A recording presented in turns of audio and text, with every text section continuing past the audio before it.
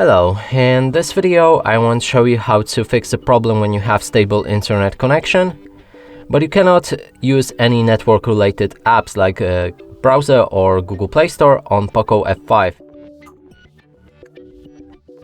And first let's see what's the issue. So we're gonna open a Google Chrome, and here if we try to reach a new website or refresh already open one, we get this error. The same is with Google Play Store, as if we try to install any game or app, it's stuck in a pending mode. And to fix this, go to your settings, then scroll all the way down and find additional settings.